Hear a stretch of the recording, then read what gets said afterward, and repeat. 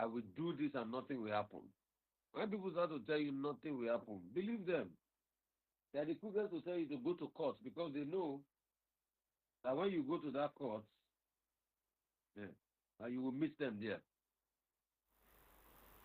And they have capacity to be able to manipulate anything. They will tell you they have the connections. In such a society, your hard work does not matter. It's what they decide. The people that succeed in those societies are those that can do the things and the bidding of the big people. They are the ones that say, oh, let me give unto Caesar what is Caesar's. And in cases like that, those are the ones that gain their unfair advantage. They can go anywhere possible. People become poor in such a society. The right of the common man is dampened, is destroyed. But that's why we are trying to fix society. Yesterday we had an outreach in Odogbolu. We had hundreds of people there. We gave parts of food. We donated. You also use this show to be able to empower people physically. And that's why, please, still call me up today. If you have business plans, today we'll do people that have business plans. If you have business plans. Somebody called me yesterday. He said he has a big project that's looking for partners. Let's go ahead. Let's help them. So if you have business plans, you call me up today, 0818 099 1991. But you see, societies like this are societies that when you speak truth to evil, they say you are partisan, because the people that say you are partisan don't want to hear the truth. The other day we were talking about the senator's recall. Yesterday again I broke the story that they are trying to start a recall again because the first one failed. When you say should a recall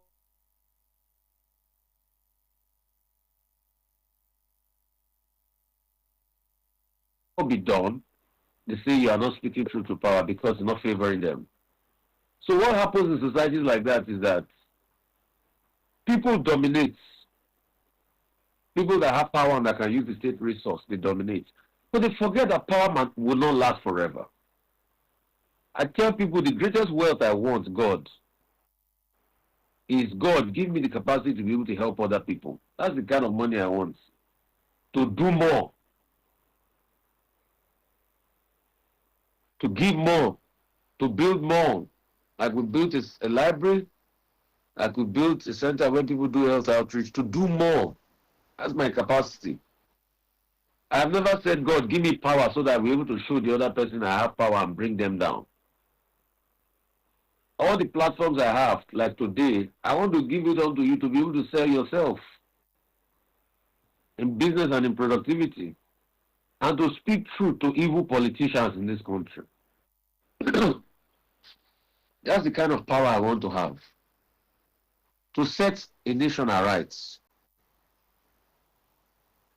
Not to bring people down. Because whatever it is, the evil you sow today will come back to you. There's no way you can do evil and it will go scot-free. And no empire will reign forever. So truth has to be said. We start to speak the truth every time. The truth will not be palatable to you if you do evil. But we speak it, we are not here to make you happy.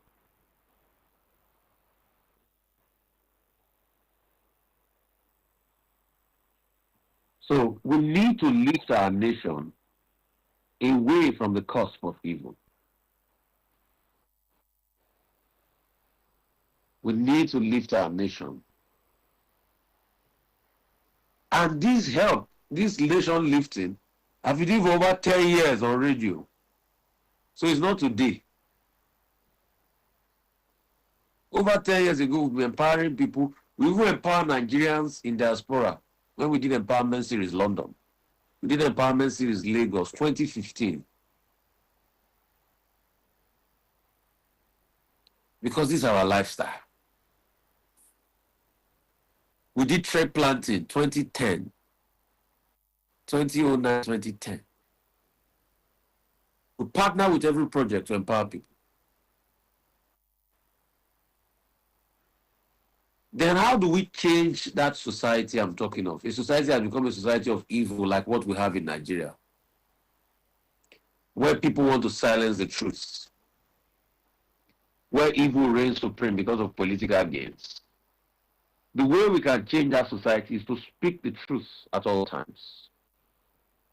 After speak the truth, we empower people like we'll do this morning.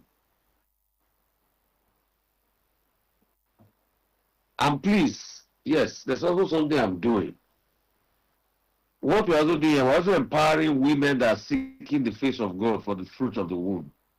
We know fertility treatment can be very expensive. There's a friend of mine that runs a foundation. If you can get on board, you never know, you might get help. She might not be able to do everything, but she might help and counsel you. This is her number, because we partner with them also. I've put it on the Facebook today. You can also log on to our number, and you never know. Maybe you might get your help from there. This is, I'll call a number out now. Theirs is the Diola Foundation, and I'll just try to get details out. Theirs is the Diola Foundation. The Diola Fertility Foundation, 0813 676 6444. 0813 676 6444. Those are those for seeking the face of God for the fruit of the womb.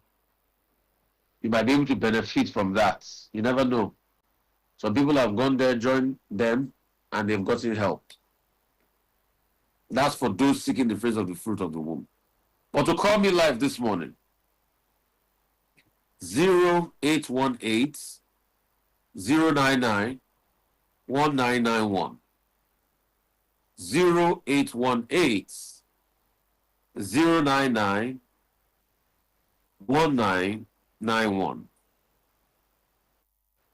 0818 099 1991. Hello, how are you? Rufai. Morning, great to have you. What's your name? Good morning. Yeah. Let me echo what you said. If you do good, you do for yourself. Yes, so. If you do bad, you do for yourself. Yes. Thank you. This is Ambassador Musa here. God bless you. You are one of my partners over the years. And you, Ambassador Musa, you know I've been doing this radio show for over 10 years because you were with me on the other 2 radio stations I was before I came here. Fantastic. Evergreen. Yes. You know, there's something to add, to remove. You've just been great. You are Yes. sent by Almighty God. Yes. At least continue what you are doing. Yes. Just continue. No matter what, God is with you. Amen. No matter what, God is with you. God is your strength. Amen. I believe that I confirm that I did that anytime, any day. Yes, I'm part of it. So let me give you a rundown. Can you hear me? I'm with you. Yeah, you see, we tried in my machine to concentrate on 2 movements. Yes. How is that charity project going on in Mushi? It's going fantastic. God bless you. I'm not a friend of police if you don't enjoy it. It did something to some guys with brought several of them telling them how far they come from. That's good. You know, I confirm this. Several of them, can't do more than that. Yes. Sure, talking about several of them, he did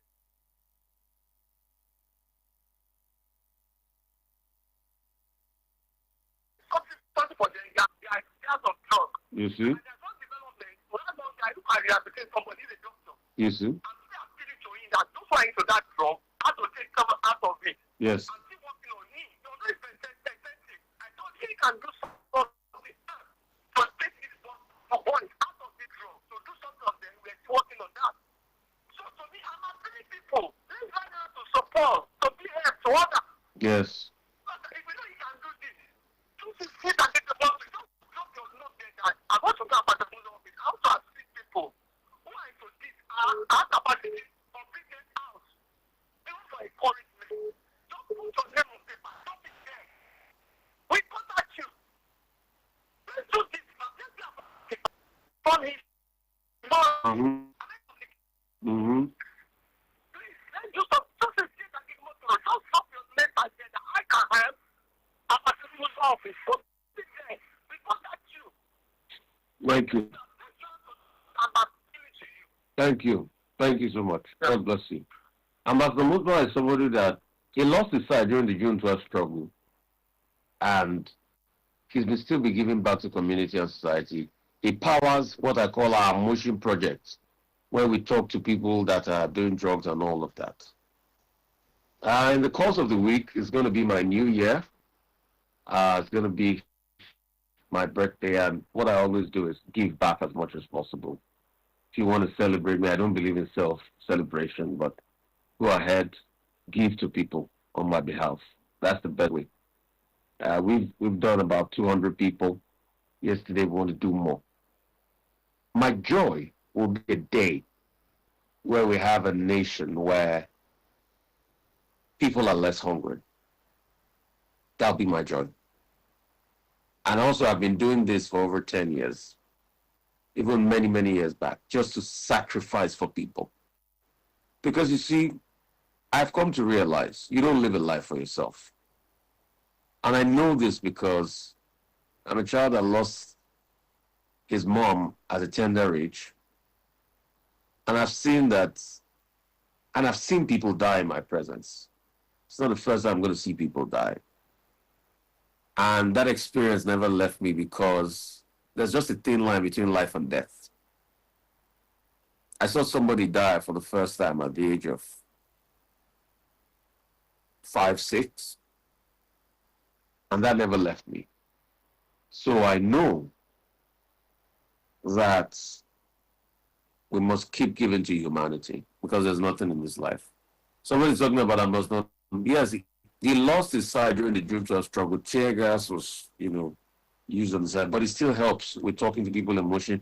And just like we do with the prison ministry. Hello, how are you? Hello, how are you? Morning, what's your name?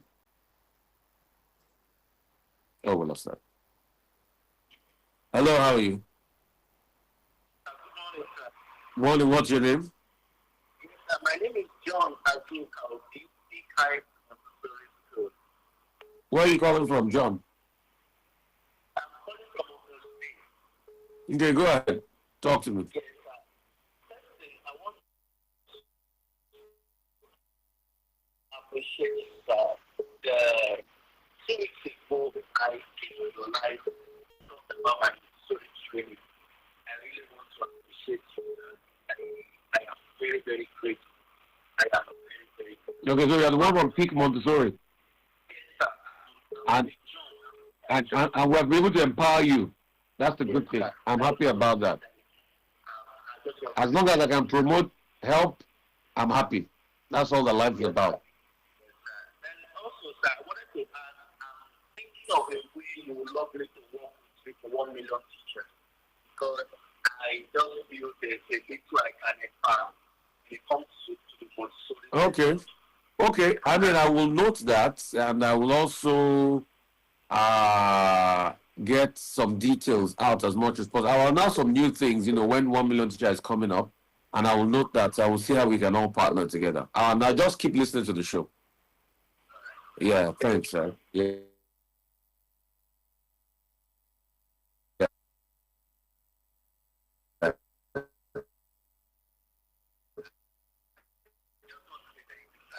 No, not a problem. It is well. I'm the big teacher village. Hello, how are you? Morning, yeah. Hello? Morning. Good morning, sir, Mr. Oseni. I can hear you. What's your name? What? And maybe it's your network. So 1 Million Teachers is also another group I do a lot of work with. They've been saying I should hold a position in 1 Million Teachers. I said I work best when I don't hold any position in any charity. It's a teacher outreach. We've done some deployment. We've trained teachers in Ogun State, Odogulu, and all of that. And currently, 1 Million Teachers is building a teachers' village somewhere in Oshun. At some point within the year, I should still see it on, I think, about 10 or 15 hectares. I'm bad with this big size land, and it's all over Africa. 1 Million Teachers, we're doing a lot of work in Rwanda, Kenya, everywhere, in Canada. It's officially run by Akim Suba and Rizma. So that's what he said he wanted to work with. So I also helped him with the Montessori training. So a lot of people get opportunities from this show. And that's the essence. That's how you build a nation. I want to saturate the world with so much good. Because you see, a lot of people are saturating the world with so much wickedness. All I have is good. And that's my priority. Good every time. If I can saturate the world with so much good and kindness, that's all I want.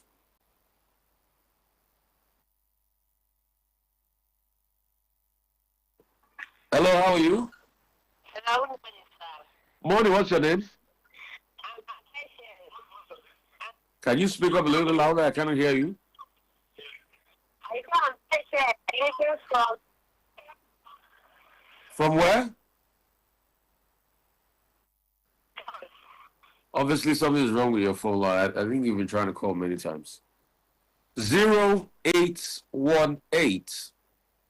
099 1991. 0818 099 1991. Also, we're going to be having a series coming up with my sister Naomi Ebozi Osaga. It's going to be a parenting series. So please watch out for it from the 10 o'clock hour. We have a lot of great stuff coming up on the 10 o'clock. Hello, how are you? Morning. Morning. Hello. Hello, sir. Morning, what's your name? Yes, my name is Ike. Where are you calling from? Yeah.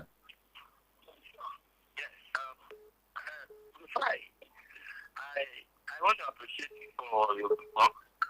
You are a competent, I don't want to use that language, but let me say, you are a competent, stubborn journalist. I was so impressed the day you wanted to, the one that was, insulting obvious the other day. Was it's the way you humbled him in your right video was so impressive. And can you hear me, sir? I'm with you. I'm with you. Yes. And there's something I want to tell you. It is very, very important. Anytime you are commenting, make sure that you don't say something that will weaken the minds of your followers. Like, if that the Tinubu government will do this and there's nothing will happen. It will weaken us. Need the young youth. No, but I'm saying the truth now. I'm saying the truth. You see, the problem is with you guys, you don't like to hear the truth. Have you not seen politicians that say they will do something and nothing will happen? Didn't they declare a state of emergency in this country in very funny circumstances and they said nothing will happen? So if you know that they do these things and they get away with it, so we can collectively speak against it. That's why I'm telling you that. They do it and they say nothing will happen and you see nothing will happen. Except you speak up. The only thing is that what they are doing is piling up in the mind of Nigeria. I'm not up to 30 years old. I've had an opportunity to work with the governor of my state. And because of the thanks that they are doing, I started to tell my mom to tell me that I'm not interested. I'm not that kind of person. But the Nigerian youth are angry. You go to all the pedestrian bridges in Lagos, you see hundreds of young men, sleeping under the bridge, messing up the whole place. Educating in all the environment. And because they don't have hope, if you give them job, they do. But what they're doing, your car breaks down on the road, they rob you. Hmm. Quite unfortunate. And that's why we need to call the politicians to order. We need to call them to order because actually they do things and they say nothing will happen and nothing does happen. That's the kind of country we've built. That you're pushing your fellow human being. And let me tell you something about the people who bully, the students who bully each other in the school.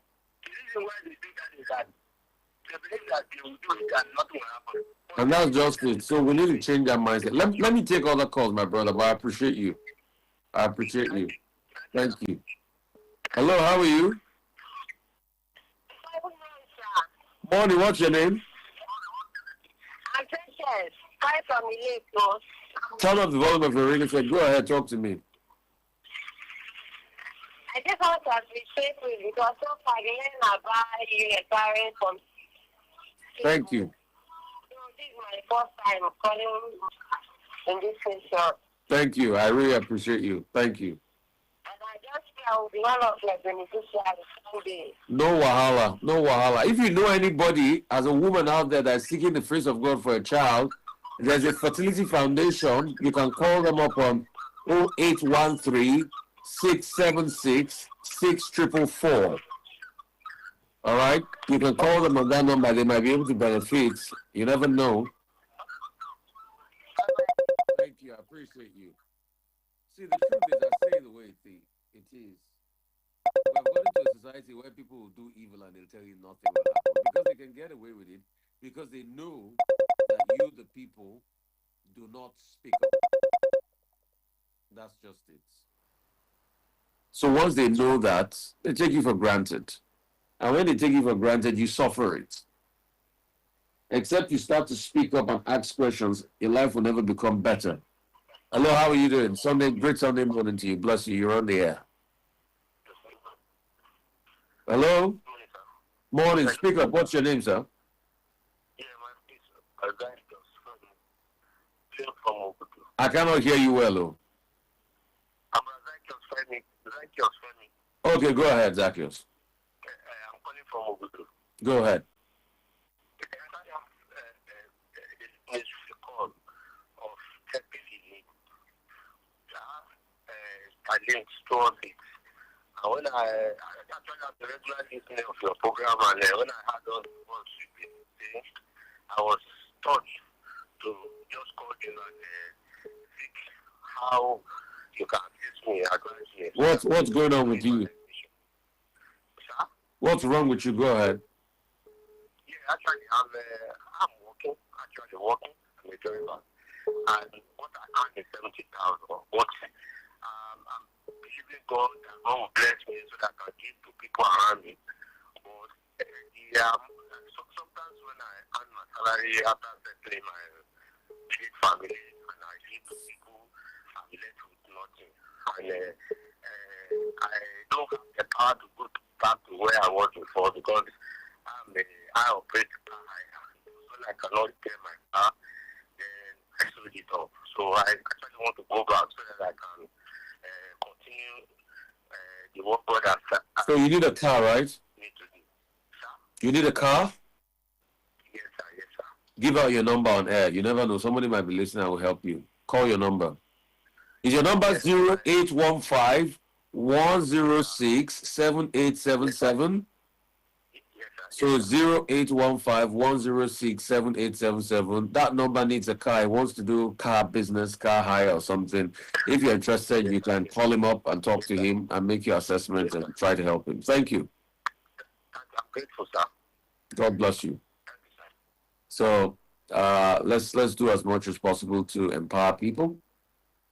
0818 099 1991.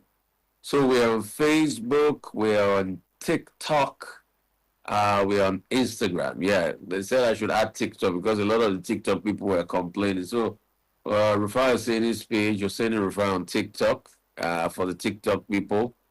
Facebook, Instagram, and we're live on the radio, 90.3 terrestrial, and VOP 90.3 YouTube live streaming. So we'll take More calls and empower more this Sunday morning. Hello, how are you? Hello. Bless you. What's your name? Go ahead. Morning. What's your name? Yeah, my name is Emmanuel. Mama, can you speak a little bit louder for me, please?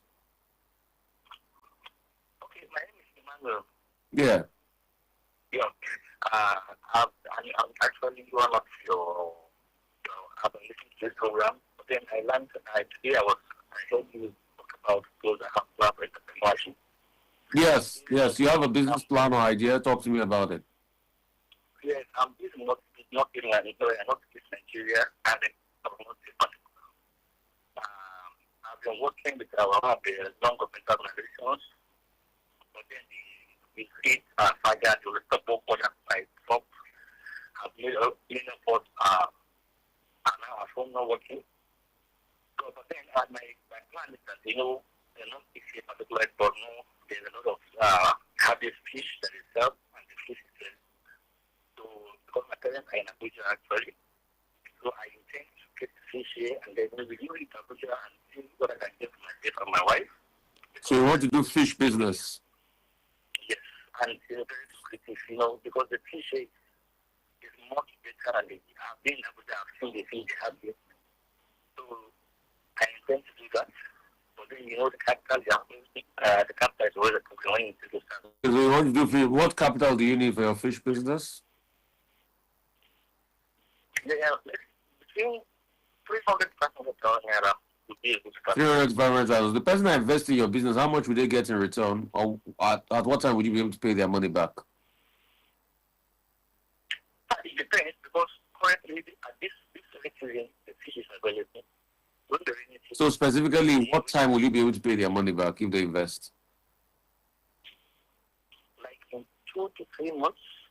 Okay, 2 to 3 months. So your number is 0706 760 6768. Yes, sir. 0706 760 6768. You want to do fish business, and if they invest in you, you'll be able to pay them back in 2 to 3 months. You need capital of 300 to 500,000 naira. Thank you. So you heard that there. If you're interested in that, that's a business proposition for you. You might want to take up. We'll take a couple of calls more. We'll wrap things up. But hey, the second segment is even more powerful. So the second segment might not be on this live chat on Instagram, TikTok, Facebook. You'll have to go to VOP 90.3 FM. I also hear VO News TV streaming with us now. That's another of our news platform. So if you can get up there, 0818-099-1991. 0818-099-1991. For those that want to call us from TikTok, please don't forget you have to call the live number. Hello, how are you? Hello, sir. Morning, what's your name? My name is Chika. Where are you calling from? Calling from Agege. Go ahead, Chica. Talk to us. Okay, sir. So please, I need you guys here, please. Okay. I would like to get forward. What can you do, Chica? Okay, how about y'all opening a bar where I do catering and food? How much is the capital needed for the bar business? Okay, for the start, I'll be needing 1 million for the start. 1 million. When will you pay back the 1 million? It's 3 months time. Once I open it. 3 months. I hope you will not give them stories, oh. No way, it will be the same. They'll be even know the place I'm taking it. Okay. Oh, yeah. Give them your number quickly. Quickly. Call your number. I just have it there. 14 80 5545. Call it again. 070 Yeah. 14 80 5545. All right. It's all right. Thank you so much. Appreciate you. Yeah. So the number for the TikTok people that are saying you're calling me live, I can't take calls on the live platform there.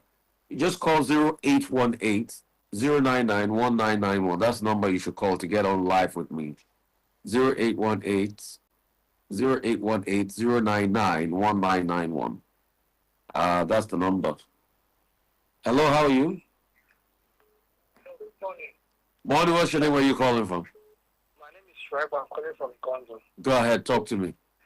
Yeah, please. I really appreciate the work you're doing, both on the media and everywhere.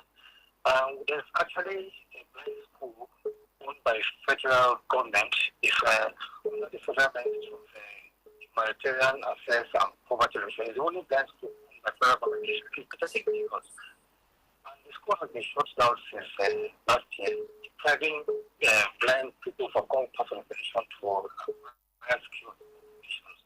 And the structure is actually getting more and more dilapidated. I don't know how you can actually. Where is the blind school that was shut down? Why was it shut down? Where is it? Okay, it's like our bus stop along the Dubai Gondo Road. Okay, blind school shut down at Power Line Bus Stop, Idimu on the road. We'll keep amplifying it. Thank you. Thank you. So, blind school shut down by the government at Power Line Bus Stop. That used to help a lot of people in that area. 080 Hello, how are you? Hello, good morning, Mr. Oseni. Bless you. What's your name? Where are you calling from? My name is Stanley Ohiwere. I'm calling from Ambara again, Kotu. Go ahead. I just want to appreciate you for the good work you have been doing. God bless you, sir. Thank you. Thank you. Have a great Sunday. God bless you too, my brother. Yeah. So the phone lines to call 0818-099. Hello, how are you? Oh, we lost that. 0818-099-1991. Let's just build a solid nation that will stand the test of time and help a lot of people. That's the priority. Hello, how are you? Hello, sir. Good morning, sir. Morning, what's your name? My name is Toma Poduku. Go ahead.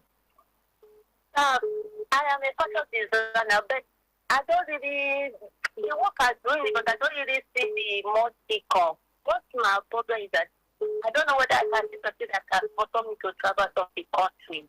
You want to jackpot? Yes, I'm tired. What's happening to your fashion designing now? Why don't you improve the fashion designing business? Because if you want to jackpot now, it will cost you money. If that money you want to spend to jackpot, if you put it in your fashion designer business, I think it will do a lot better. Because I've been doing this business. I'm doing it to sell my house. So I've been trying to raise money to rent it up. I want to make one problem or the other. You just take the money out before. Maybe you can seek investors. Maybe you can seek investors and call your number, please. 090 63 double three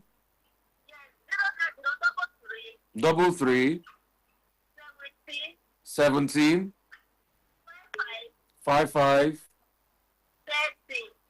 30. Okay, thank you. Hello, how are you? Morning.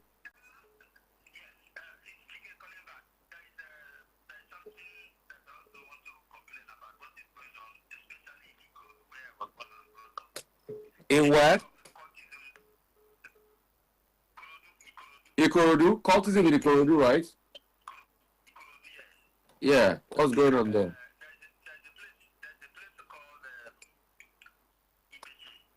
Ibeshi. Yeah. It's filled with cultists. It's filled with cultists. Ibeshi, Ajose, in Ikorodu. Yeah. Okiota.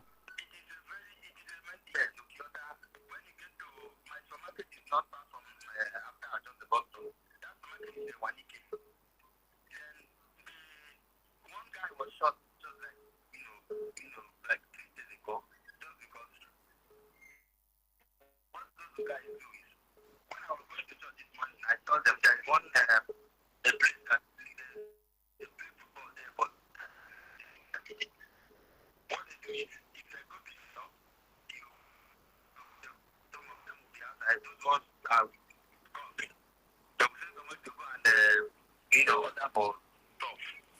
the time they finish ordering for something, they will refuse to pay. And when you wanted to release them, they will shoot you directly. That's what happened to one guy. He's not far from this particular place I'm telling you. And that the commissioner of police, you guys should start calling commissioner of police something about cultist boys. So cultist boys in Ibeshe, huh? What's the area again? Okay, cultist boys in the Korodu Ibeshe, right? What area in Ibeshe? These guys are almost like a terrorist. What area in Ibeshe?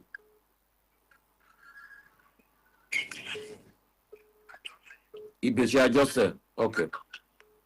Thank you. Hello, how are you? Great to have you. Yes.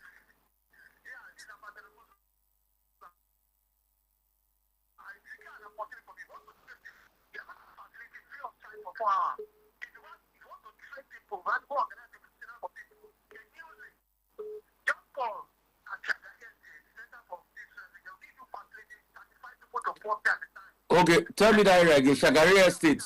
They give you, if you want to train people, Shagari Estate in Yanapaja, they give you what? For 4 hours to train people. What area is that? Do they have a number?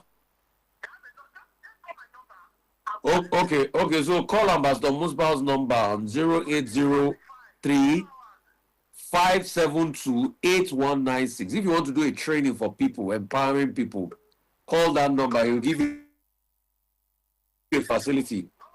No more than 40 people in Shagari Estate. It's all right? Yeah. Hello, how are you? Great to have you.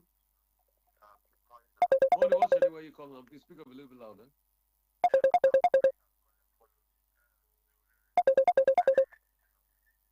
Go ahead, yeah.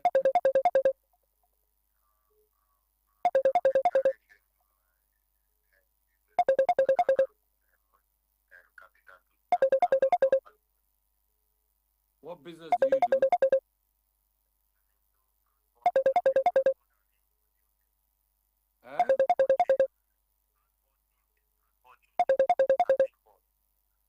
Okay, you do have body needs. So what do you need for your business now? Yeah, my business is shaking because I don't have much capital. What do you need? How much do you need for it?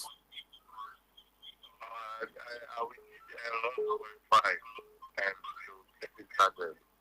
1.5. What's your phone number?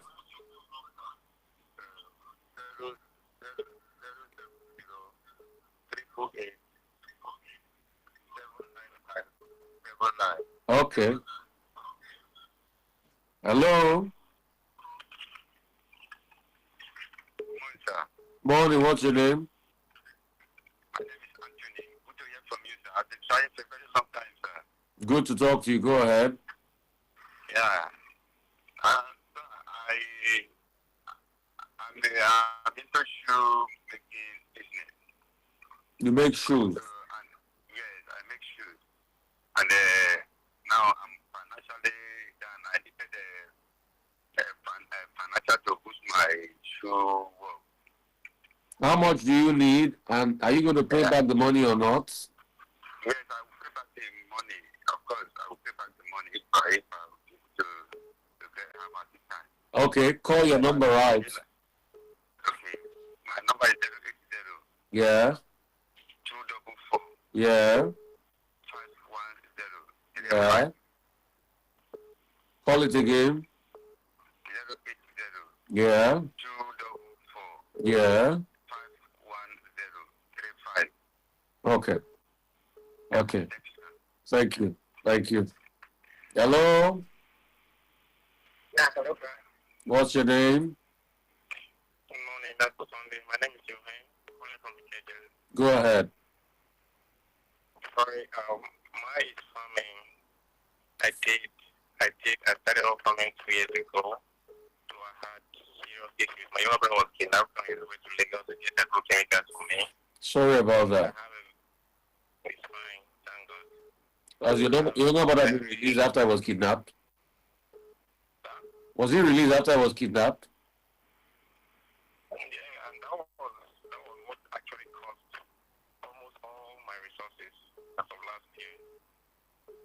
Where was he kidnapped?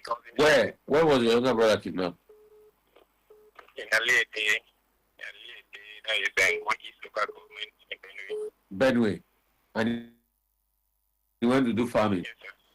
So you need money to start your business back up again. Yes, sir. How much will you need? So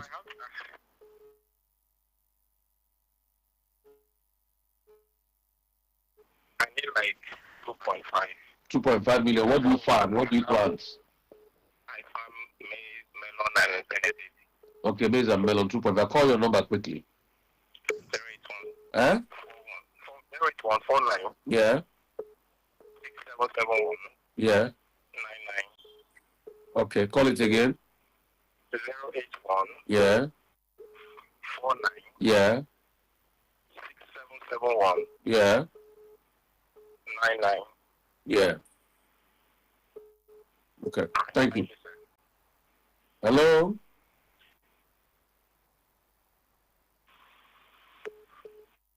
Hello. Hello. Yes, Morning. What's your name? Okay. So that's about all we can take, but this doesn't end here. Please just go to our YouTube page, VOP 90.3 FM. Interact with the messages there, the video, the show, and try as much as possible to put your requests. Every week, from time to time, we'll keep bringing the chance for opportunities. I pray as you go this week, God will bless you. He'll make his face shine over you, give you favor on every side, and he'll lift you and uplift your business. In the mighty name of Jesus, we pray. Amen. So that's about all we can take. Thank you guys so much for joining us across every platform. We appreciate you. We appreciate each and every one of you. Thank you all.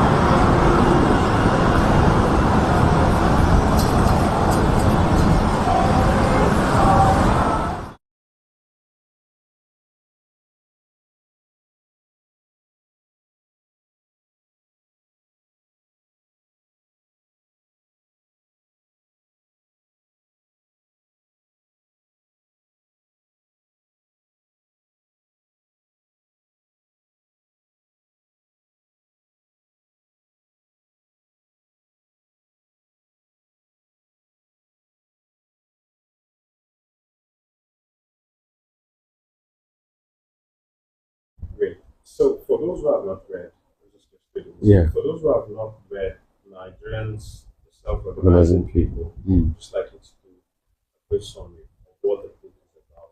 Nigerians, the self-organizing people.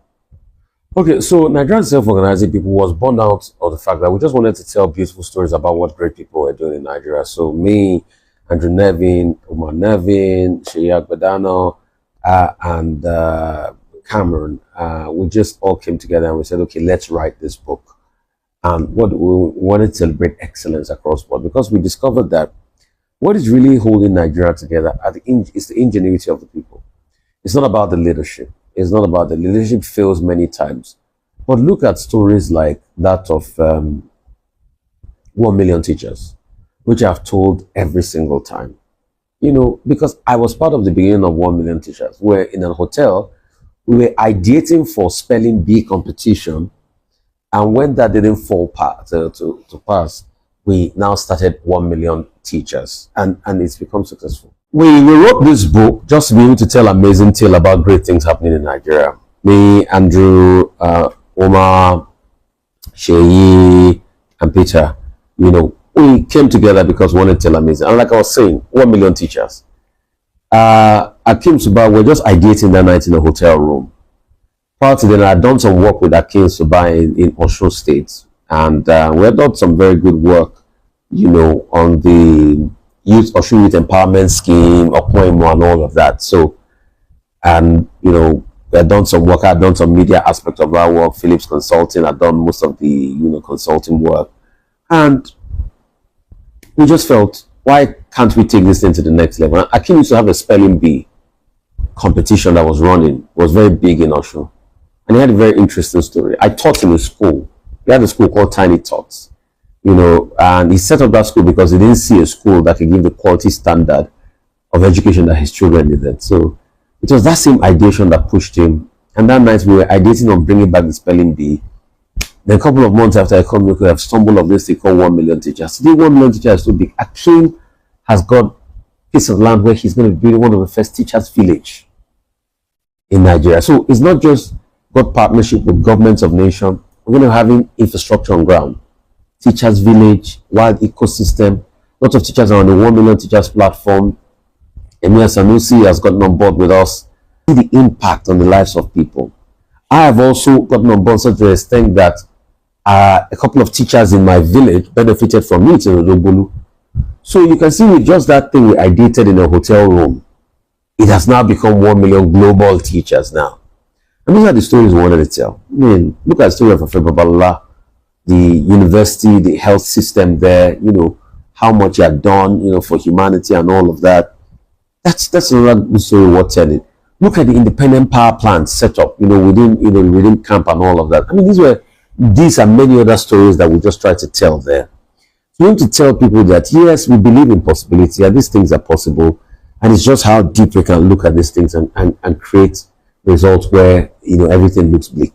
That is some of the failing states. No, it's a symptom. I know you tried to break that. Yeah, no, it's a system of the failing states. Let's not deceive ourselves. But people also should self-organize. I mean, the ingenuity of America is a lot of self-organization. So on the other side, I don't just want to say it's totally a system of a failing state. The ingenuity of, I mean, look at when the likes of Colonel Vanderbilt built the rail lines in America. Government just gave them right of way and all of that. When the likes of JP Morgan owned banks that saved America, when America was in debt, it was because government supported their sense of ingenuity. So I believe government should support their own sense of ingenuity, but at the same time, people should be allowed to be able to self-organize, but government should not just leave them like that and just let them be, because that's where lies the problem. I think it should be a collaborative effort. People are innovating and doing great stuff, and they're self-organizing, and government should be able to meet them halfway. The root cause of this bad leadership, number one, is culture. Like I always say, culture will eat strategy for breakfast. We've built a very bad culture. A king in Yoruba land is called Kabiyesi. It's a mentality. You cannot ask him what he had done. So we juxtapose that mentality into accountable leadership, which can never work. The politicians become high-handed, so they use violence. Because of the poverty, inherent poverty caused by depreciation of opportunities, these people think that they can give you money and get their way. So when you have that, definitely you have a society that has a lot of malaise. And that's why you see Nigeria is going through what it's going through today. Today, Rufai was talking about the fact that party delegates are stark illiterate. But what about the politicians that are giving them the money? Don't talk about that. So we have a collective system where even if you get to a political position, people around you will say that you're stupid for not stealing. So we need to start changing that and going back to the ethos. I don't want to say of Omoluabi because people have also bastardized that ethos today. I mean, look at, we live in a country where we have politicians that the school they finish from, they can't tell us. The school they claim they finished from was not even founded when they graduated. Politicians that said they did well in school, but when they say, okay, let's research their result, they will say to put them in irreparable damage. And they have people that are supporting them. Just imagine that. So we have that cultural problem. It's pure and simple. So except we are ready to solve that cultural problem, which is going to take a while, then we're not going to move forward. How long do you think this will take before we can start seeing change? I mean, we're functioning on habit. If Nigeria gets very good leadership, which is also going to be very difficult because of leadership program, if you have sustained 5 to 10 years, you can change things. Because see, don't let's deceive ourselves. Nigerians are very highly impressionable people. Remember when Buhari just came in? People were already scared. I also want to fight corruption. Once they saw that he was not ready to fight corruption, they moved on. So coming back to striking a balance, how do you strike a balance? It's regulatory sandbox, and we've done this in many sectors. You know, when we have a sandbox where government and businesses and self-organizing businesses collide. Take for instance the fintech sector, it has grown out of that level of regulatory sandbox. I remember when we co-founded Loyal Bonus. My partners, Uncle Rexy, Yomela, and a couple of other people online. As at that time, CBN was just going to say blanketly, oh, if you don't have this amount, you can't come into fintech. But things have gotten a lot better. There have been iterations due to regulatory sandbox and things like that. People that do fintech now have to get microfinance bank licenses and all of that. Back in the days, around 2016, because we also wanted to have a fintech component to Loyal Bonus, it was not as easy as it is today. So, constant collaboration, regulatory sandbox, and government also doing things in aid of businesses. And you see, they're partnering across, but the growth and development of the real estate in Lagos has been that regulatory sandbox. It is the developer that builds everything out, that open most of the areas. Maybe government can just okay, do the big first stamp filling of that area and all of that. I'll give you an instance, that collaboration. Government fixed this Lekki Epe Expressway. It opened up to be one of the largest and fastest growing corridor in the world with millions and millions of people. If you had come here about 40, 50 years ago, you couldn't even get to where we are because Morocco was on pikes. Morocco was on pikes. Most of the area you call Victoria Island, today.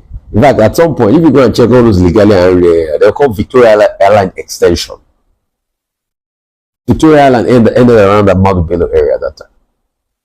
So all this area Morocco was on pikes. I know somebody that built his house in that VI off the Ghanaian in 92, 93. When he got that land in the 80s, it was on pikes. You have to, it was proper shanty.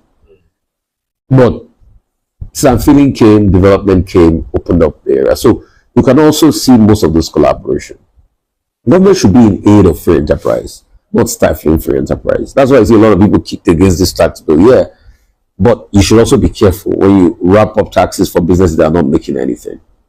It kills the momentum in the air. Helping to make the business of doing business in Nigeria easy for with due respect, they're not ready.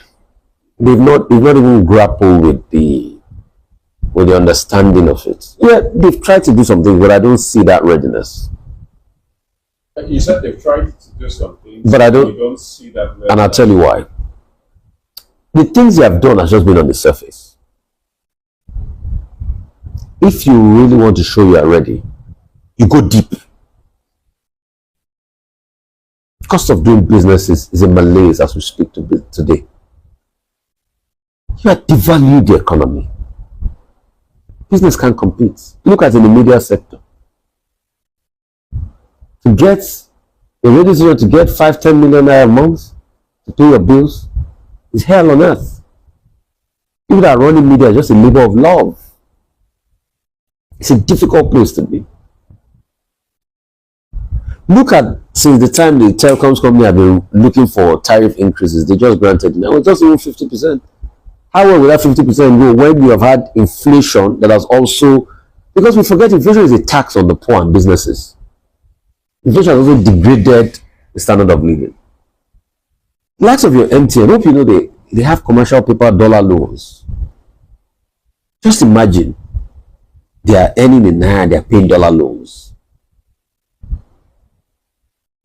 So we've not seen any.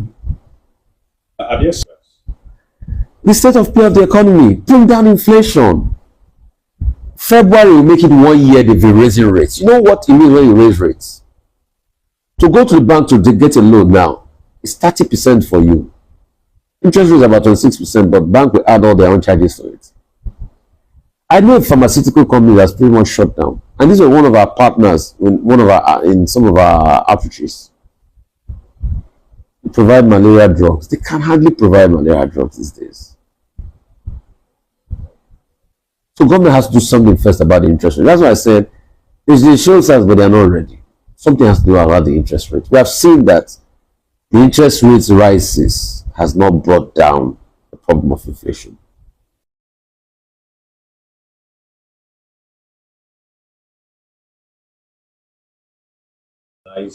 Showing that. Oh yes, you have to, because the terrain is unbelievably tough. How far do you think they can go? How far do you think they can go? I don't think they can go too far. and it's beginning to show. Look at most of the company making huge losses after the devaluation happened. Look at the huge cuts. MTN used to be a lot of profit and gain. Go and check the Nigerian Stock Exchange. How many company has a market cap of over 10, 15, 20 trillion? Check. How many companies? And now divide that 20 trillion market cap, or if there's anyone that has over 10, 15 trillion market cap, by the current dollar rates. That's what devaluation is. If somebody brings a lot of dollar, he can buy most of the companies in Nigeria and just. So these are challenges. What can the government do? Listen to the businesses. The government are now, that's why I said, you see, they are ready and they are not ready at December. The government announced a couple of loans for manufacturing business when they first devalued last year. Have all those conditions been fulfilled? CNG now, nobody talks about the CNG again. Adoption is not great. I have a CNG car. How many things can you get CNG to buy? Where's the presidential initiative on CNG? How long have we gone? Yeah, they've given a couple of thousands of cars and conversion kits. Is that pervasive? And you say that's a viable alternative energy? And just are still buying for at close to 1,000 naira. Do you know how much is the cost to cut your hair now? Somebody want to put up a better person and never generator. That's why I'm saying that these things are not far-reaching enough. They are not far-reaching enough. So they've done some things, yes, but it's not pervasive. So it doesn't look like they are ready. Let's look at the wider pictures, especially health. I know that a section of the book talked about not seeing the level of self-organization in other areas from healthcare. I'd like you to perhaps recall what makes that a bit difficult. Yes, we have not seen that level, but since we wrote the book, the book was about 22 years ago. Since we wrote the book, we've seen some good sparks. Since we wrote the book, Evercare popped up, Coptic popped up, which I had a need to use their services, which was good. But it has not trickled down. So the question is, if you're sick, how many average salary earner that has about 200,000 can use these high-end hospitals? Probably maybe if you're on an insurance plan. So when you look at it, we need to have more boutique ones that cater to the very low rung. It's still pretty much a general hospital, and it's quite very difficult when you have all the consultants. So you have some pockets of successes, but it's not pervasive enough. Because most of those deals were not thought through. When they liberalized the sector, there was a lot of cronyism that happened. So across the value chain, we're not thought through. I'm sure you see that most of those discos are not even being run by the banks that they collected loans from. So the question is, did they have enough capital injection? Or it was because they had known some people that were close by? Secondly, there's also a conversation about the transmission elements. That's why we go back to the Siemens deal. Till today, where are we on the Siemens deal? After Abba Kyari had passed, God only knows what happened. We didn't see a lot of traction, as it were. You all remember during the election when Peter Obi talked about the fact that Egypt had a better turnaround time than us. So even if you have all the companies shooting out power on the grid, the question is, where's the transmission lines, which is still being controlled by the government in the interest of national security? That's another conversation. If you ask the minister, you say we need more money to be able to do that. You've heard about the grid collapsing because of the SCADA system and inefficiencies of the grid. How much money are we ready to put in that to be able to achieve some level of success? That's another conversation. This is about 40 billion. I'm not sure it's going to be totally about grid power. Because if you say 40 billion, if it's all over Africa, it can't do anything on the grid power. It's going to be like the alternative grid system and projects under, rural electrification that we've always done, that we've used smaller grid system like solar and the likes. But the question is, how viable is it? Probably those things there will provide lighting and charge phone, improve community outcomes, but how viable is it in the long run? But my ground is, even with this mega resource that will be coming in, how well can we spend it? Africa has over 30 million square kilometers of land, over 1 billion people, rich in land mass. But when you look at the outcomes as regards power production and all of that, then you start to see that it falls apart. Projects like this are good for the communities, but we still need to make a lot of investment on the grid power. Because if you want to challenge the world, you need to have grid power. If you want your GDP to move, you have to have grid power. It has to be accessible, it has to be cheap. Nigeria has a lot of those alternatives. We've got coal, we've got gas and everything, but to be able to harmonize, that's always been the problem. So that's the investment. This is good, but we must not have a total reliance on this level of project. We must also see how we can introspect on how we can develop our grid system, which has not been properly funded because of underinvestment and everything and all of that. Some people had argued because of the tariff system, okay, you don't have cost reflected tariff and all of that. We've got some leeway on that now. But how can we create the systems and make it a whole lot better? I think that's the cardinal conversation. Investment. You need to put money in. You need to put money in. You need to put a colossal amount of money and ensure that it's not corruptly stolen.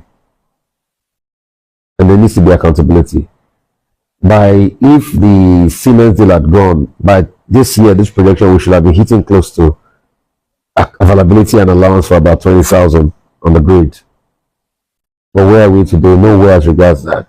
Because you see, whatever we don't even put on the grid, we pay for it in generators. Power is still being generated one way or the other, but it's being generated through generators, and it's more costly rather than pushing it on the grid.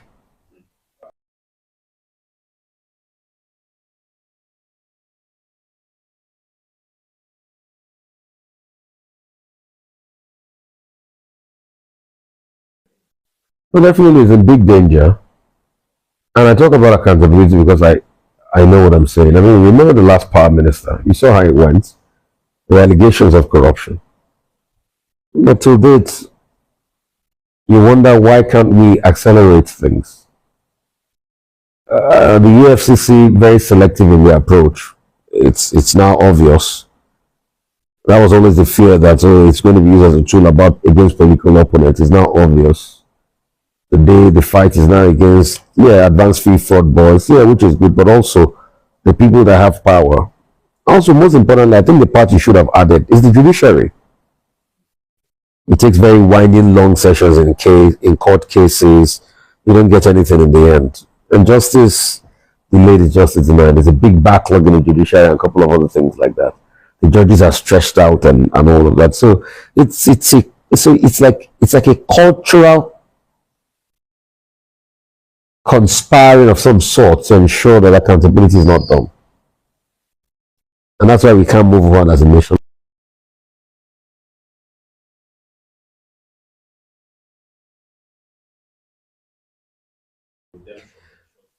So there's no chance for redemption. That's why we keep rigmaroling. That's why I say it's a cultural, conspiratorial scene. There's no chance for redemption.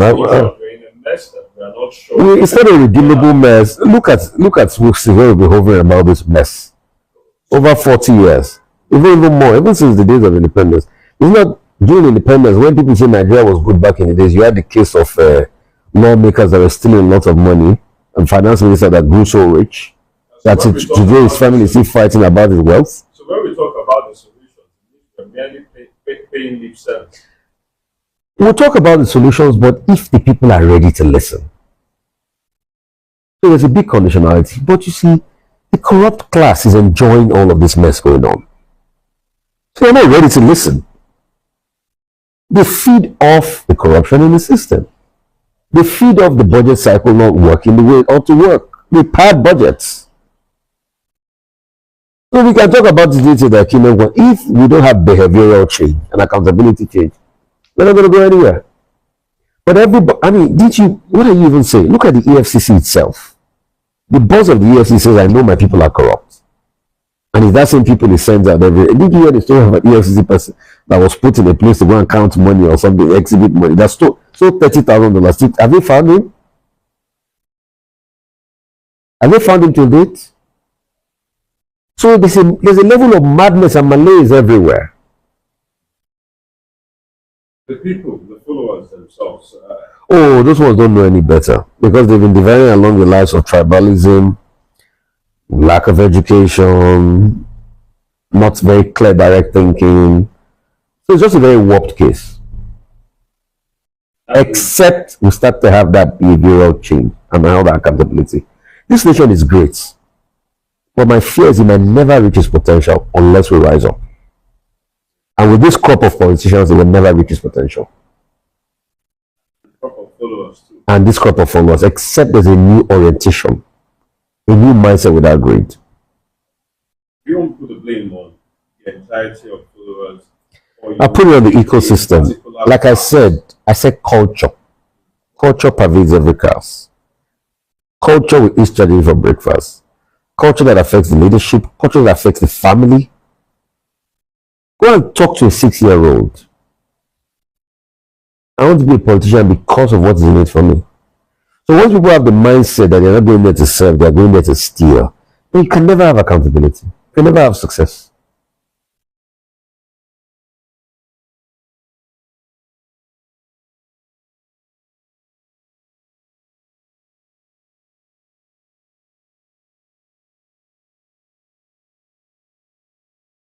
This state is on the right path. When you look at it on a cursory look, you see, Lagos enjoys some adjacency in terms of innovation because all the big multinationals are here, so you can see some level of collaboration.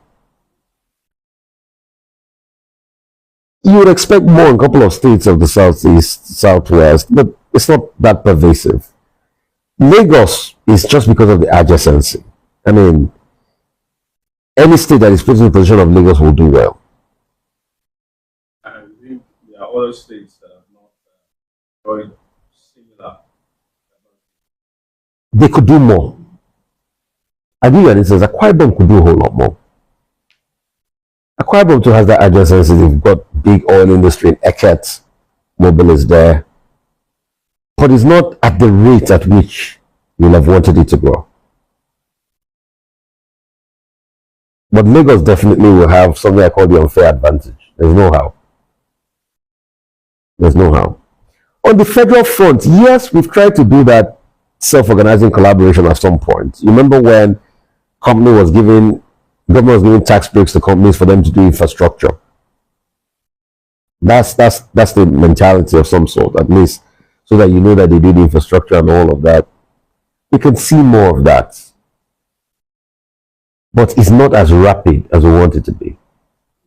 It's not as rapid as we want it to be. That's just been the problem. Lagos, yes, will enjoy adjacency. A couple of states in the southwest, no, not us. Maybe today we are going to see some of the end of this collaboration in the southeast. Landmark and Enugu state government on Nike Lake Hotel. Been a government structure for years. At some point, Proti came to run it. I stayed in that hotel at some point. I know how decrepit, I know the potential has got. Let's see what Landmark will do with it. But we can do more. We can do more. Any other thing you think is important for people to do? I think it's high time we really do something about behavioral change. And stop this conversation of we have potential. We can't have this. We can't keep saying we're having potential. We ought to accelerate. We've seen what countries like China have done in 20 years. And I deliberately say 20 years or 24 years because it was in 2001 China joined WTO.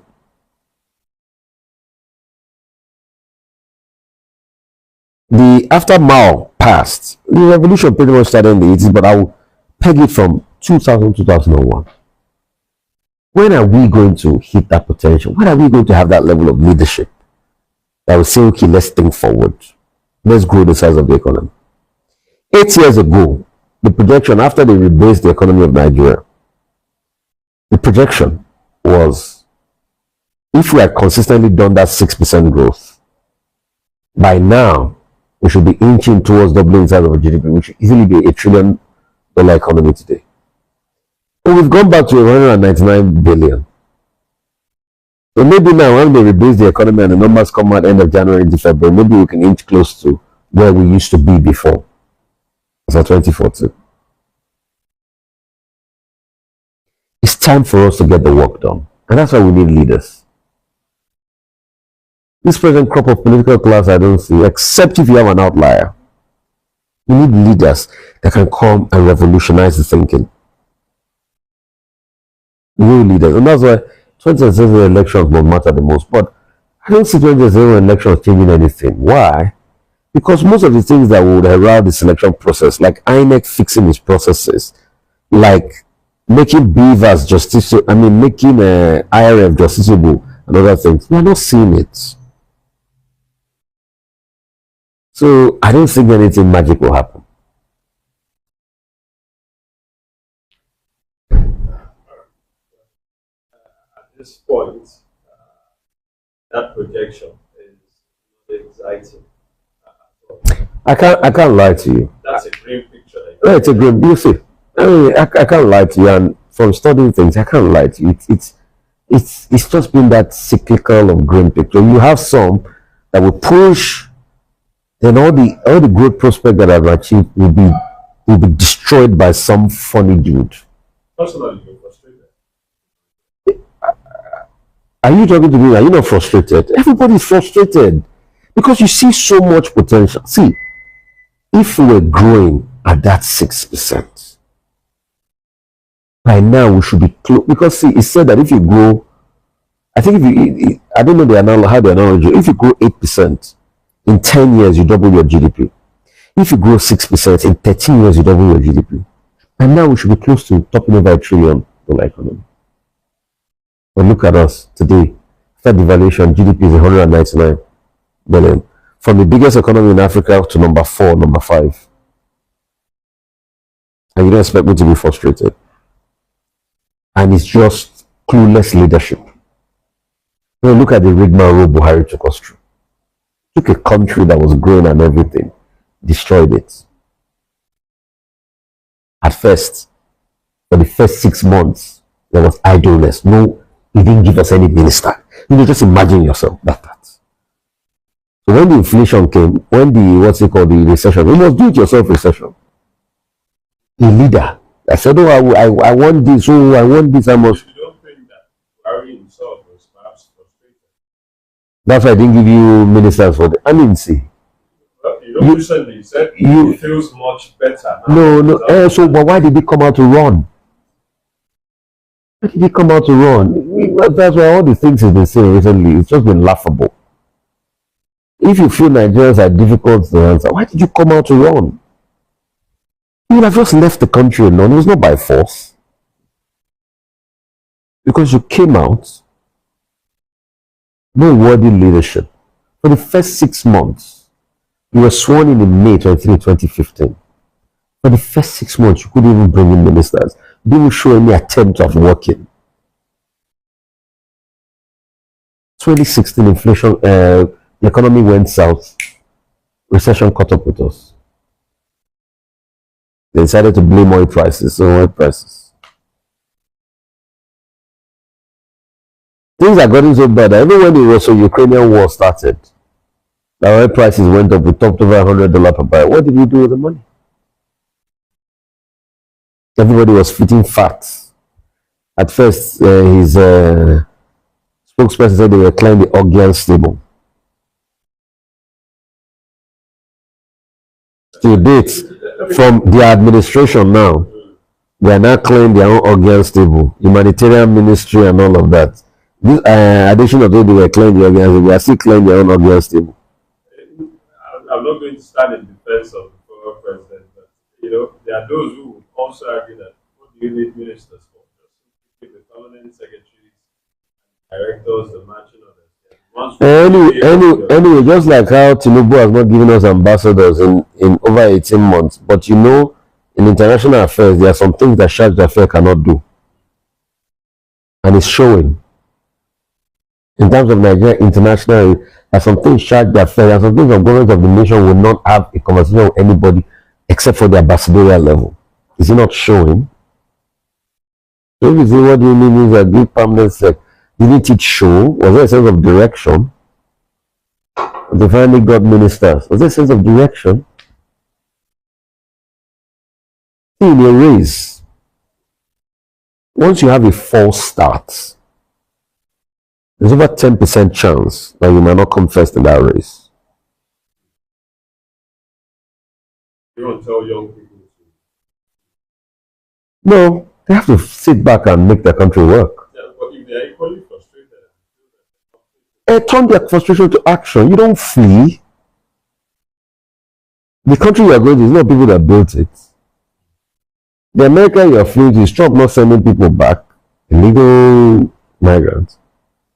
You don't flee. You turn your frustration to action. You don't agonize. You organize. So how will you make your voice heard leading up to the next election? What will you do? It is for you telling 10 people that, hey, you must not collect bribe from that politician. That's just it. Look at the mass movement that happened in the last election. Young people, at least, Peter Obi could get over third candidate could get over 6 million. It was the young people. So you don't have to be frustrated and say you want to flee.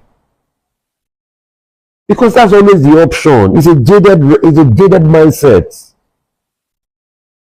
Venom Mario guy sang a song in the 80s. 84, 85. That was released on that Tabansi Records. Andrew Moja Kauto Elebeli Elebua acted as Andrew that time. Say what? Nigeria will survive. All the Andrews that checked out then in the 80s, now they are coming back full circle. They are already retiring. Old age is already coming. They've lived in America for over 30 going to 40 years. Some of them might have made money, but now they're beginning to say that it's too cold here. So I want to come to Nigeria more often. Some of them are coming to set up hospitals here and there in Nigeria. Some of them are coming to set up business here and there. So the problem they fled to be able to get a leeway on, they have come back to see it in a worse dimension.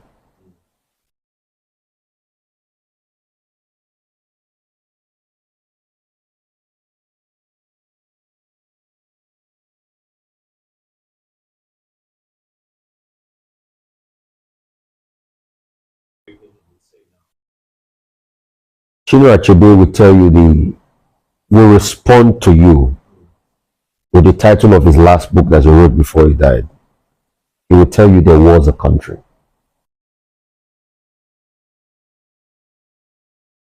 We have partners in Summit and Ikada.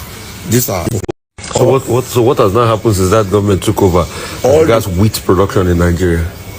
all the wheat value chains that traditional established, in which wheat was one of the value chains. They were no longer in existence. That was, in fact, they all collapsed. There was after Akinwumi Adesina left, all the wheat value chain collapsed in Nigeria. Not only the wheat value chain, even all the value chains. We have wheat value chain, we have rice, we have maize, we have cassava value chain. Honestly, all collapsed. There was no funding. Nobody talked of any value chain again. But thank God that during Buhari, when Buhari came on board, honestly, Buhari launched our wheat production in Kebbi State. In Kebbi State, when Bangudu, the present Minister for Budget and Planning, was the governor of Kebbi State. Because that time I was also the one driving wheat for this country. So it was launched, and that was how they now revived the wheat production. That's how the wheat production was revived. There were interventions from Nigeria government to promote and enhance wheat production. In fact, I thought that within 5 years of that intervention, Nigeria should be able to attain at least 50 to 70% self-sufficiency in wheat production. But unfortunately, that deal was not realized because of policy somersault. We have the good materials because we have partners in CEMIT and ICADA. These are international research institutes that have the mandate for the genetic improvement of wheat globally. And we collaborate with them. We used to get germplasm materials from them, and we screen them for our own adaptability to Nigeria condition. And we have released more than 15 wheat varieties in this country. So Nigeria has more than 15 different wheat varieties released. From and because as you work as the director of Lake Shad Research Institute. Yes. So 15 different varieties. Can you tell us some of these varieties and how easy is it to grow them as we speak? Okay, sir. One, we released Attila Ganatila. We released Norman. Just about 2 years ago, we released Bullock 111. That is Bullock 111. Now, these varieties gives about 4 to 6 tons per hectare. Just 2 years ago, a woman farmer from Jigawa State got 6 tons per hectare of wheat due to this released variety from Lake Shad Research Institute.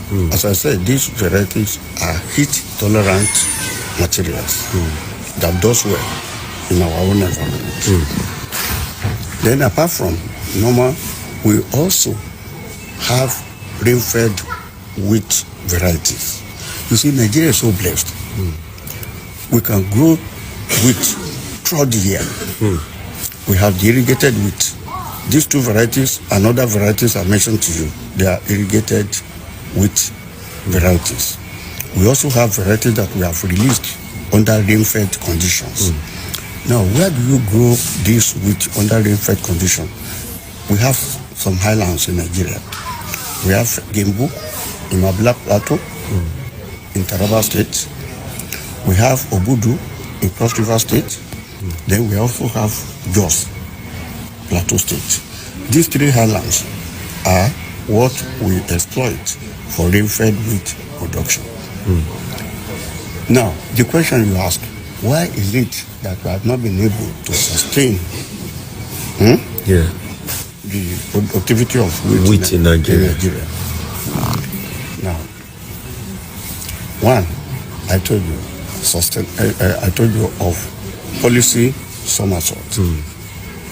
Our government has never been consistent with policies.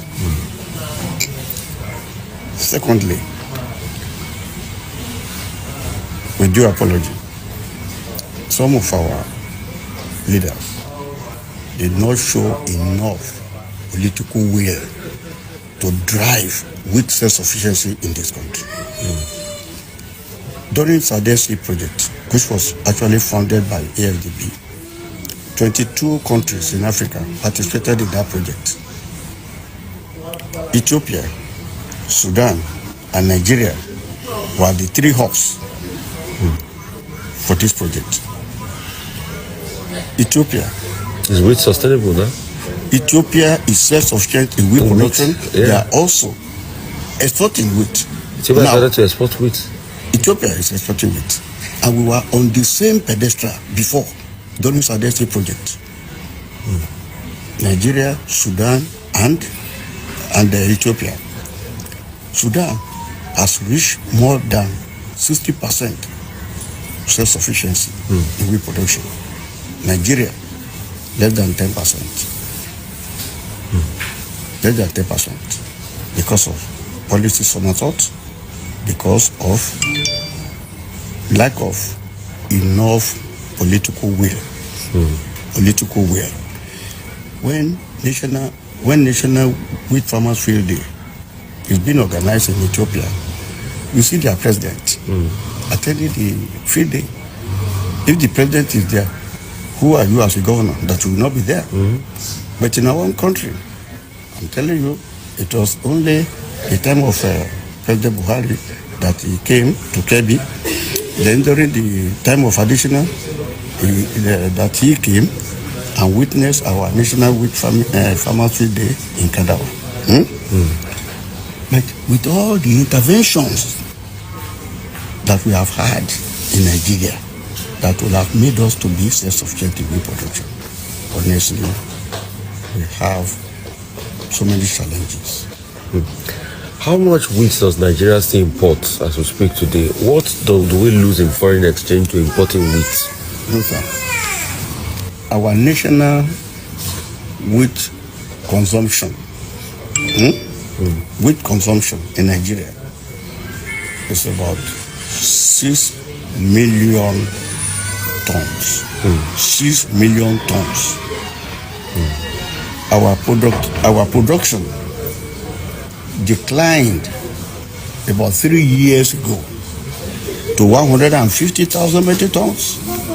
Out of 6 million tons that we consume? Yes. Just recently, with these interventions from this present government, from Buhari's government and this present government, we have been able to increase our production to 430 metric tons. 430,000. 430,000 metric tons. So if you can see the deficit. So that means Nigeria still imports about we still import 5.5 million metric tons. And how much does that cost us in forex? $4 billion. $4 billion. $4 billion every year. Annually. And this is something we can grow within. Now, let me just tell you the potentials of wheat production in Nigeria. We have 1.2 million hectares of land suitable for wheat production in Nigeria. 1.2 million hectares suitable for wheat production. Within the 15 wheat producing states, the Cross River has just joined now. So we have 16 wheat producing states in Nigeria. Now we have the water bodies. We have the irrigation facilities. Though that needs to be expanded. The irrigation system needs to be really revitalized. We have the personnel, the scientists. We have the improved varieties that can make us attain wheat self-sufficiency. But even the research, we need fund for research and development. Recently, just about 2 years ago, AFDB supported Nigeria when they wanted to give us this loan for NACS project. AFDB supported us. They said, before the loan is given to Nigeria, we should have what we call National Strategic Plan for wheat self-sufficiency in Nigeria. I led that team to produce that strategic document for wheat self-sufficiency in Nigeria. And we gave ourselves 10-year development plan. 10-year development plan. And by the grace of God, with Buhari and this present government, we have been able to religiously implement that strategic document. And that is why you see this NAS project now, trying to enhance the production of wheat. When the government keeps saying we are releasing grains from the National Grain Reserve, do we have enough wheat in the National Grain Reserve? No. But let me say this honestly. There is improvement over the past years. Because 2 years ago, our target was to cultivate 250,000 hectares of wheat. 2 years ago. Due to lack of seed, we could not meet up with that target. I think maybe we cultivated about 150,000 hectares. But this season, we targeted the same 250,000 hectares of wheat. We did not import any seeds to this country. It was the seed produced locally that was used for these 250,000 hectares. So there's an improvement. Unlike 2 years ago, when we have to import wheat seed to Nigeria. Recently, the president was talking about cultivating 10 million hectares of arable land. How can wheat play an important role in blocking? Yes, as I told you, number one, we need political will from our leaders. That's number one thing. Political will is essential. 2, consistent policy on wheat, and not only on wheat, even in agriculture. Let the policy be consistent. Then 3, funding. We need to fund research. We need to support the farmers. We need to support the farmers. If all these things are done, unnecessary, I assure you, there is no crop that Nigeria cannot produce. We have the fertile land. We have the water bodies. I stayed in Maiduguri, Borno State, for 29 years. We have a special soil. Borno State has a special soil than any other state in Nigeria. And what is that soil? It's called Vati soil. Vati soil. Very rich in organic materials. In fact, when we grow our wheat in Maiduguri, under research, we got up to 7 to 8 tons per hectare. And farmers got about 5 tons in Maiduguri because of the special soil they have.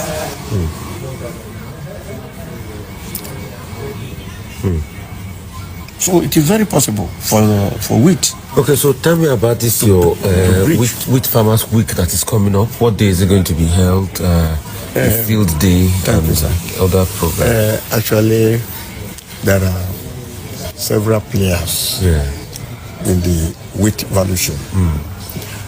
We have the FMAN, Flour Milling Association of Nigeria. These are the off-takers of our wheat. In fact, if you talk of wheat importation to Nigeria in those old days, it was the flour mill. Who are the people? In fact, they even started growing it. The Greek people, the Kosonakos, I forgot their name now. Yes, you see, that is the interesting aspect of it. I didn't want to go to, I didn't want to talk about it. But what actually happened was that flour mill was the only off-taker of wheat in Nigeria.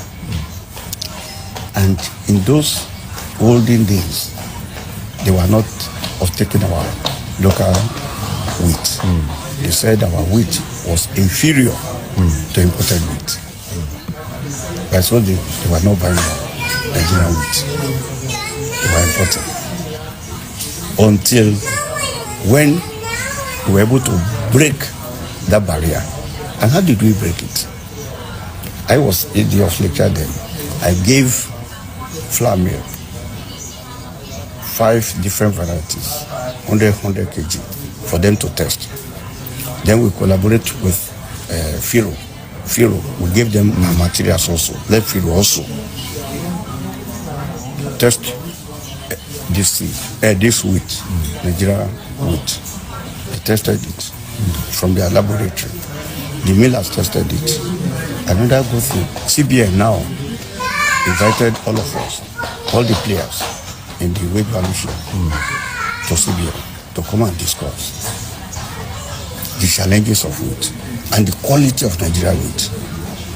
Honestly, that was where Flour Mill came up with their own report that they have tested Nigeria wheat.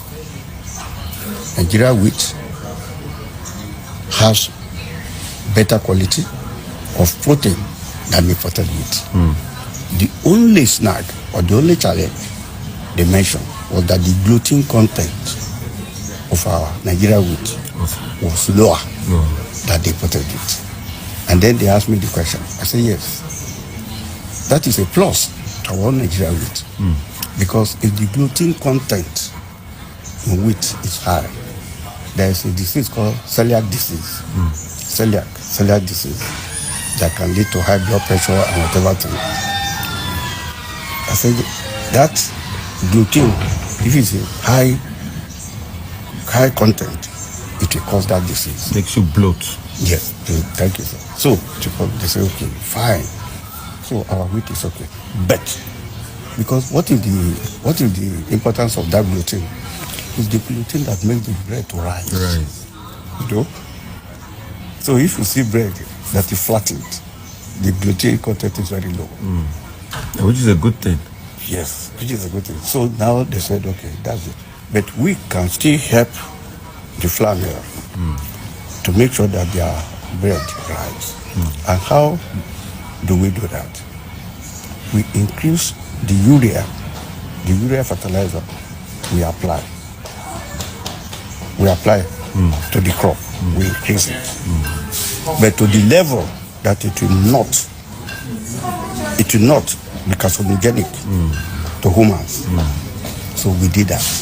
And now they have said it. Fortunately also, these new varieties were tested by them, and they have said it's very good for bread making. And that is why they are now uptaking. In fact, we held a National Wheat Farmers Field Day in Kano one time. The chairman of FEFMA, John, came.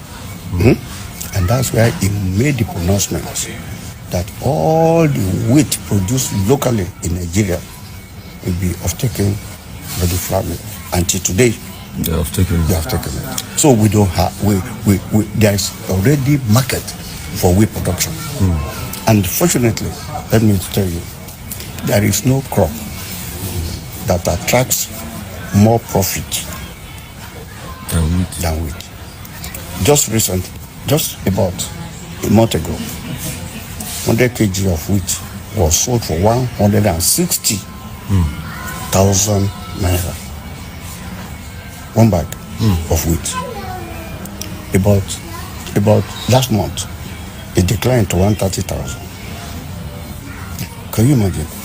And we have said a good farmer that manages his farm very well must attain 3 tons per hectare. If we cannot get 3 tons per hectare with our improved technologies, that is the gap, that is good agronomic practices that we have taught the farmers to adopt. If you adopt them, you should not get less than 3 tons per hectare. Okay. Sir, if you get 3 tons per hectare, that is 30 bags per hectare, times even 100,000 per bag. Okay, so the field day will be coming up. But Yes. what about farmers that might probably be watching this live that want to be in touch with the Lake Chad Basin Development? That want to Lake get Chad research, want to get improved seeds and all of that. How do they contact you? Lake Chad?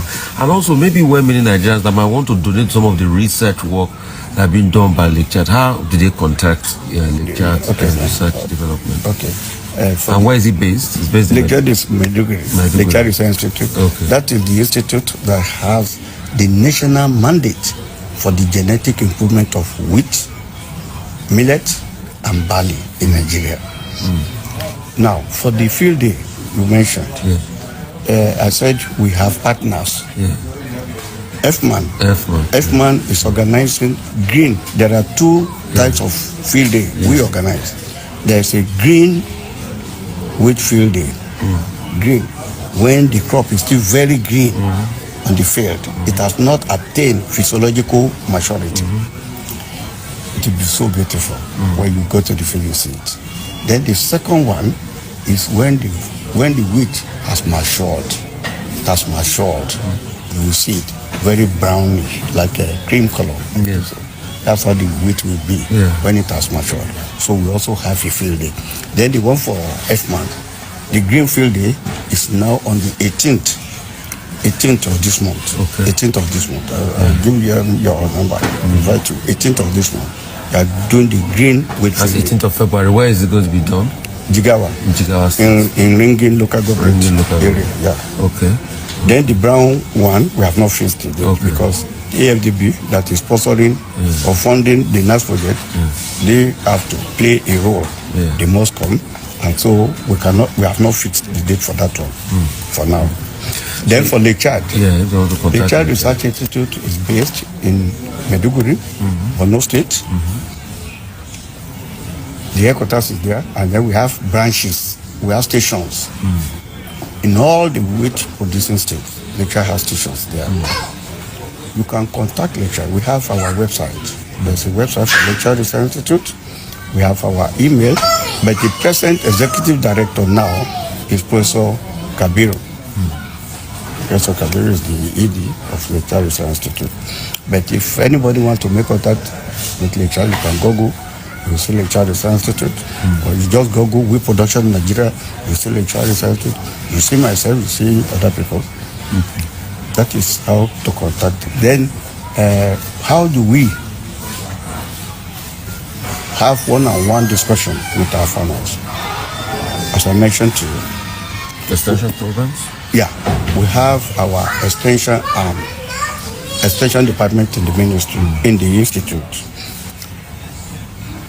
There is what we call monthly. What do you call it now? HRM, monthly technology review meetings, monthly technology review meetings, MTRMs. That's an opportunity for the research and the extension agents to interact with the farmers. In that process, apart from this field day, we also do what we call farmer school, farmer field school, where we demonstrate technologies to farmers on the field, on the spot, not classroom training now. On the field, we teach them how to plant, how to apply fertilizer, and all these things. That is one aspect of contact with our farmers. Then with our seed producers, we used to have training. We train our seed producers. We train our seed producers on how to produce quality seed with the assistance or support of National Agri-Seed Council. National Agri-Seed Council that is regulating the seed system in Nigeria. So these are the channels we used to communicate. Thank you so much for your time. Really appreciate it. Then let me also mention before this man will not say all about you did mention worker wheat. Yeah. There's a worker wheat. Yeah. This worker wheat was formed about 2 years ago. Worker wheat is West and Central Africa Wheat Collaborative Research Network. It covers the entire West and Central Africa. Professor Obi is the regional coordinator. Okay. And we are getting support from AFDB. Okay. We are also getting support from Nigeria government. Okay. We had held two summits. We held one last year, hosted by Nigeria. Then just this year, 2 years ago, we held the first one. Then last year we held the second one. That's the wheat summit, in which we invited all the collaborating countries to attend. And this has actually opened avenues for West and Central African countries to know the importance of wheat. Okay. And this war between Ukraine and Russia had actually made these African countries to make wheat a political, because these are the countries where we used to import our wheat. Even Nigeria, we imported our wheat from Russia, from Ukraine. But within this, everybody has to look inwards to see how they can promote their local wheat. So we just had a meeting with them in Côte d'Ivoire yesterday with my regional coordinator. Okay. We had a meeting with them in the Ministry of Agri in Côte d'Ivoire, And they told us that their government has made wheat a priority crop. Okay. And we are collaborating with them. We are sending materials to them, just as we are doing for other West and Central Africa countries. Thank you so much. Really appreciate you for your time. It's a pleasure, sir.